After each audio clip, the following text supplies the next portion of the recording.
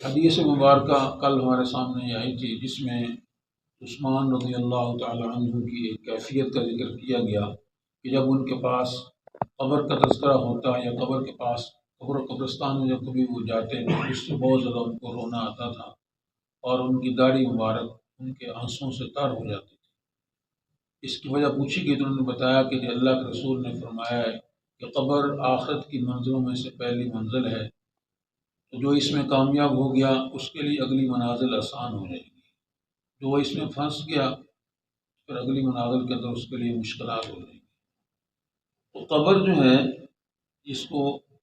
اس جہان کو عالم برزخ بھی شریعت کی اصطلاح میں کہا جاتا ہے، یہ برحق ہے، اور اس کے اندر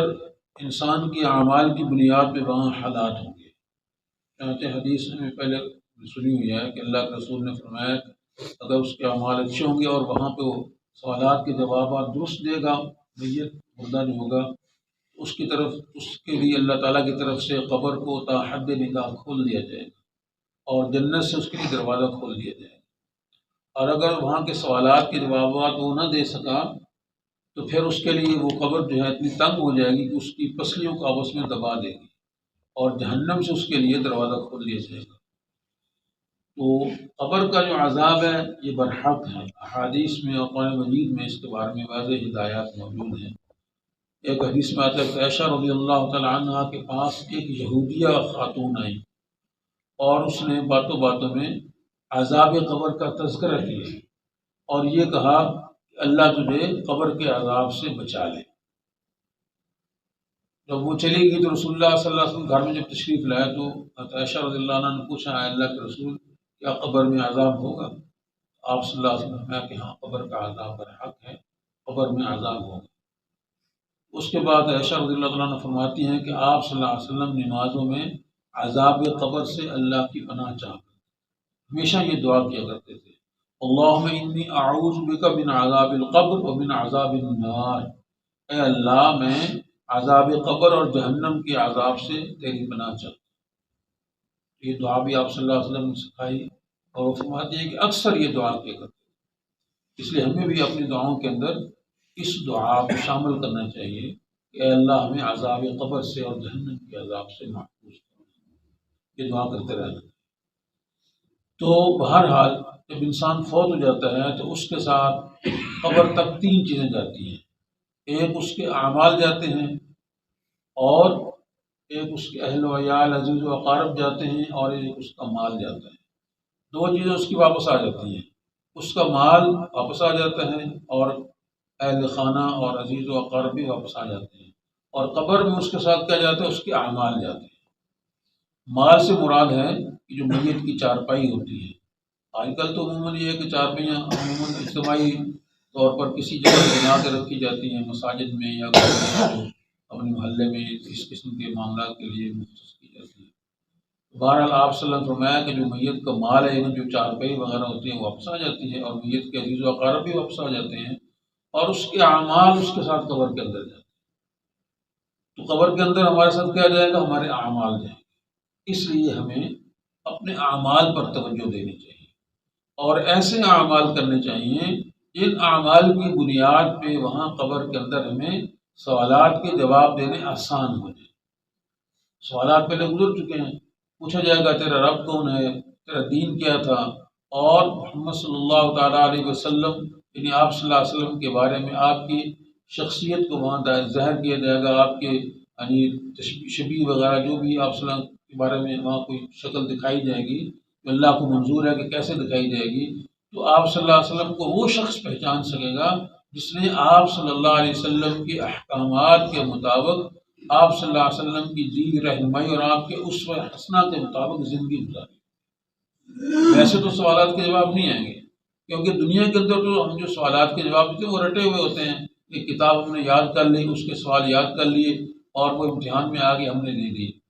تو آخرت کے جو سوال ہیں ان کے جوابات کے رٹنے کی شکل یہ ہے کہ یہاں اللہ اور اس کے رسول کے احکامات کے مطابق زندگی گزاری، اللہ کو ایک مانا جائے، اللہ ہی کی عبادت کی جائے، اس کے ساتھ کسی کو شریک نہ ٹھہرایا جائے، محمد صلی اللہ تعالیٰ علیہ وسلم کو سچا رسول مانا جائے، آپ کی تعلیمات کے مطابق زندگی گزاری جائے، جس کو اطاعت رسول کہا جاتا ہے، اللہ اور اس کے رسول کی اطاعت کی جائے، یہ کام سارے کیے جائیں گے تو پھر وہ سوالات کے جوابات دینے آسان ہو جائیں گے۔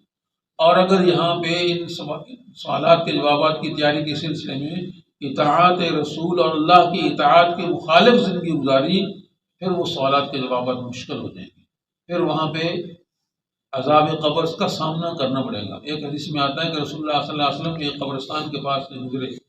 آپ نے فرمایا کہ ان دو قبر والوں کو عذاب ہو رہا ہے، ان دو قبر والوں کو عذاب ہو رہا ہے، اور فرمایا کہ کسی بڑے کام کی وجہ سے ان کو عذاب ہو رہا، ان کو ایک معمولی کام کی وجہ سے عذاب قبر ہو رہا ہے، اگر یہ اس سے بچنا چاہتے تو بچ سکتے۔ فرمایا کہ ایک کو اس لیے عذاب قبر ہو رہا ہے کہ یہ پیشاب کے چھینٹوں سے اپنے آپ کو نہیں بچا، یہ کوئی مشکل کام ہے۔ یہ جب انسان پیشاب کرتا ہے اس کو ضرورت پوری کرنی ہے پیشاب پکانے کی، احتیاط کا پہلو اس نے سامنے رکھے، بیٹھ کر پیشاب کرے، ایسی جگہ پیشاب کرے جہاں پہ پیشاب کی چینٹیں اٹھ کر اس کے جسم اور کپڑوں پر نہ آئیں۔ اور دوسرے کے بارے میں فرمایا کہ اس کو عذاب قبر اس لیے ہو رہا ہے کہ یہ لوگوں کی چغلی لگاتا تھا، یا حدیث میں آتا ہے کہ یہ لوگوں کی غیبت کرتا تھا یا چغلی لگاتا تھا، جو بھی ان دو میں سے ایک وجہ بتائی ہو مختلف روایات کے لحاظ سے، تو یہ کوئی اتنا بڑا کام نہیں جس سے ہم بچ سکیں۔ غیبت سے بچ سکتے ہیں، چغلی سے بچ سکتے ہیں، اور ان دو اعمال سے بچنا یہ تھوڑا مشق سے ہوگا۔ اپنی زبان پہ انسان کنٹرول کرے، جب زبان پہ کنٹرول کرے گا تو آہستہ آہستہ انسان جو ہے اس کے اندر ایک ضبط کا مادہ پیدا ہو جائے گا، اور اس وجہ سے پھر وہ ان اعمال سے بچ سکتے ہیں۔ آپ صلی اللہ علیہ وسلم نے فرمایا کہ ان دو قبر والوں کو معمولی کاموں کی وجہ سے عذاب قبر ہو رہا ہے، ایک کو پیشاب کے چھینٹوں سے نہ بچنے کی وجہ سے، اور دوسرے کو چغلی لگانے کی وجہ سے عذاب قبر ہو رہا ہے۔ عذاب قبر برحق ہے، احادیث میں اس کی بڑی تفصیلات موجود ہیں، اس لیے ہمیں چاہیے کہ اس حدیث مبارکہ کو، جس میں عثمان رضی اللہ تعالیٰ عنہ کا ایک ان کی کیفیت کا، ان کی حالت کا تذکرہ آتا ہے، کتنے بڑے صحابی ہیں، جامع القرآن ان کا خطاب ہے، ان کو لقب دیا گیا۔ پوری امت اسلامیہ کو قرآن حکیم کی ایک طرز کی تلاوت پہ، قرات پہ اکٹھا کیا ساری امت کو، اور قرآن حکیم کی بعد اس کی اشاعت فرمائی، اور سخاوت کا تو ان کا جو مقام ہے وہ ضرب المثل ہے، یعنی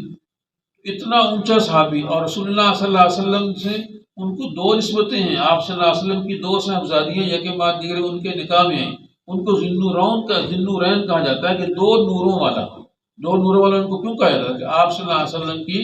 دو صاحبزادیاں ان کے نکاح میں یکے بعد دیگر آئی۔ اتنے بڑے صحابی جو ہے وہ عذاب قبر کو یا قبر کے تذکرے کو سن کے وہ روتے ہیں، اور ان کی داڑھی اس سے تار ہو جاتی ہے۔